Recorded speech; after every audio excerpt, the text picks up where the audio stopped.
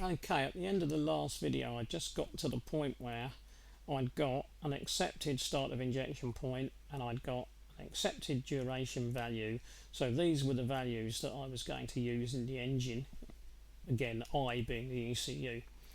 And what I've done is I've produced a silly diagram here to try and put it a little bit more into perspective. This circle is the 360 degrees that one engine revolution will take. In other words, the piston will imaginarily start up here at 0 and then go round the engine, as if you could go round an engine, but come on, you know what I mean, and then back to 0 again, and then round the engine and back to 0, but I'm only going once, so I've just got one revolution.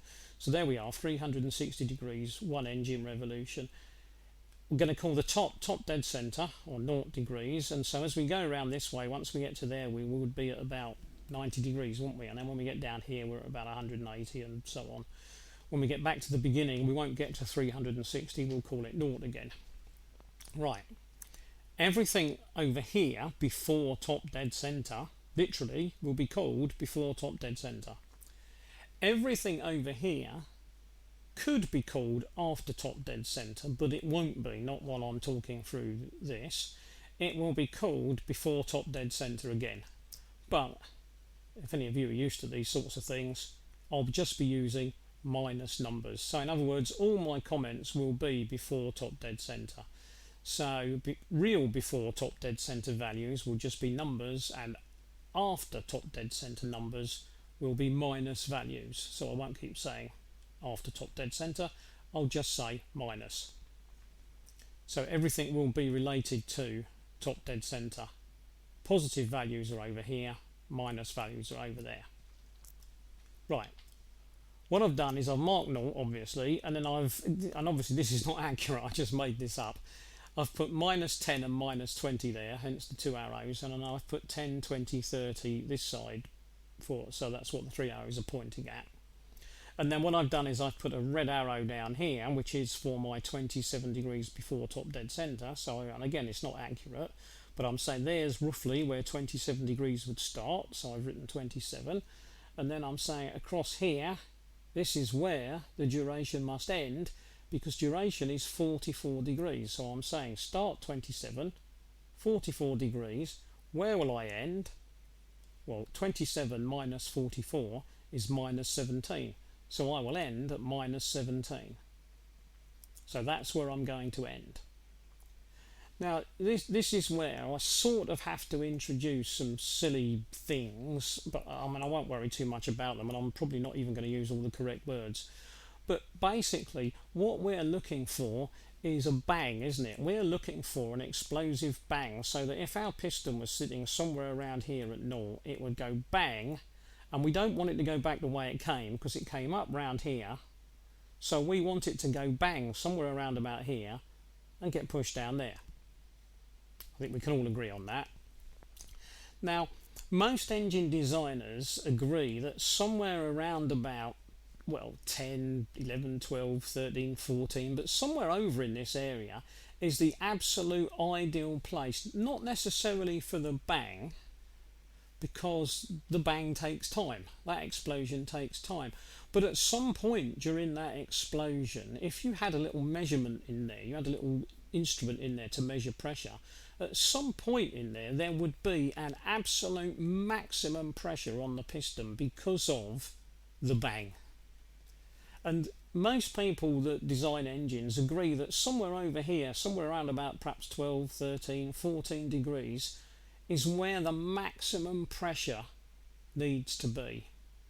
So they want the explosion that's taking place somewhere here, that's somewhere across all of this lot, they want it to produce the maximum amount of bang, let's say at 14, I'll just pick that randomly, otherwise I'll be constantly saying this to number to that number, it'd be daft.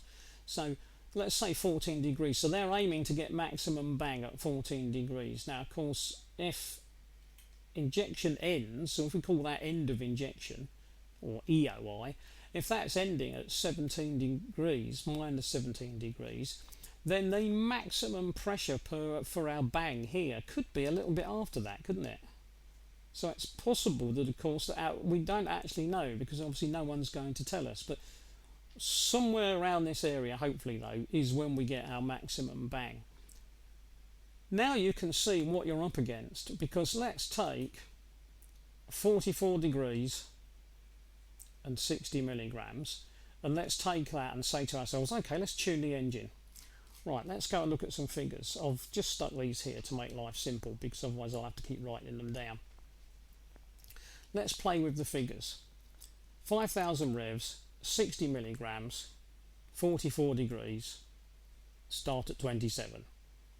Start at 27, so there I'm starting at 27. I must be ending at minus 17, because 27 minus 44 is 17. Right, so we've got that. So why can't we just go ahead and play with this? Why can't we just say, well, it doesn't matter, I'll make this 50. So I'll make that 50 and I'll end at some other value. Well, let's look at see what might happen. If we just increase duration, we start mucking about with duration. First of all, the injectors, these pump injectors, can only be pressurised while they're sitting on the cam. So if you're too near the beginning of the cam rising up, or at the end where it's going down, you won't get any pressure. So the whole thing will not work. So it's got to be sitting on the cam. So you've got to be within the degrees that the cam is actually working the injector. That's for one thing. And the injector solenoids that have got to open and shut to allow the fueling, they've got on times which are pretty much, or off time, it depends how you want to describe it, but basically they've got on times, and when they are switched on they are going to get warm, because they are basically just little electromagnets, and so they are going to get hot, and they will overheat and they will die as a result of it, and so you will kill them. So if you ask for too much duration here, you're going to actually destroy your own injectors. Usually there are values in the file to stop you doing that. And of course the other problem is that if you increase duration, the end result is obvious, isn't it? You'll either force injection start, SOI, to advance, or you'll force end of injection to be extended later, or you'll cause both. In other words, it will advance and it will extend.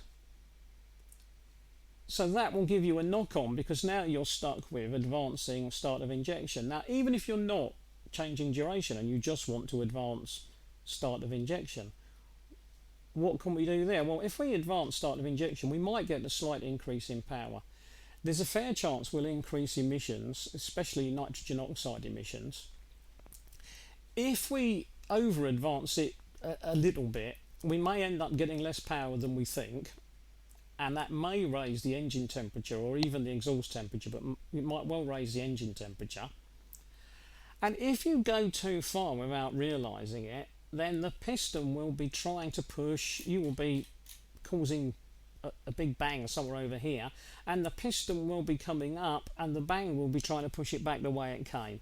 And the end result of that is going to be that you will either lift the cylinder head, in other words, you will start to stretch the cylinder head bolts, or worst comes to the worst, you will smash the piston down so hard that you'll damage the com rod and bend it, or break the crankshaft or something. So something serious could occur at that point. If you then say to yourself, well, okay, I don't want to risk advancing start of injection, I'll let end of injection get a little bit longer instead to try and protect that. Well, again, if that's accompanied with an increase in duration, then you may well get a slight increase in power, mightn't you? Because if you've increased duration, and even though you've left SOI the same as original, if you forced it to come a little bit later, you might get a little bit more power. You might find you can't do that though. You might find that the way the file is designed forces you to get some advance whether you want it or not. Over increasing the end of injection is the big problem though, because you'll have no effect on power at all, because what will happen is the piston will be on its way down past the maximum pressure point when you create your bang over here somewhere, and the piston's already going down here. Now that bang is chasing the piston to try and push the piston, but of course at high revs that piston's moving very fast. So your bang is going to struggle to meet the piston because the piston is running away from it. So there is a good chance that you will now not be adding anything to the engine at all. You might just as well have injected the same amount of fuel and ended earlier. Now, there is a problem with that as well, though, because although you're now not getting any more power, so there's no real effect on power, obviously you're going to be wasting fuel because you've got your foot flat on the floor and there's no power increase, but the fuel's got to go somewhere, so you're wasting fuel. It's going to wash down the engine boards, which is never a good idea. The end result of that will be it will dilute the oil, but one of the things that you've got to worry about a lot there is what will it do to the exhaust temperatures if this stuff starts to try to burn, because it's still burning, it's just not giving us any power. So will we just simply be making the exhaust gases hotter and hotter and hotter? Because if we do that, we are going to risk doing some really serious damage to the engine, just like with the other changes. So lots of things to consider. Right, now what I'll consider next is whether it's safe to do changes. So I'll stop there and I'll come back in a second. Well, a second for me, not a second for you.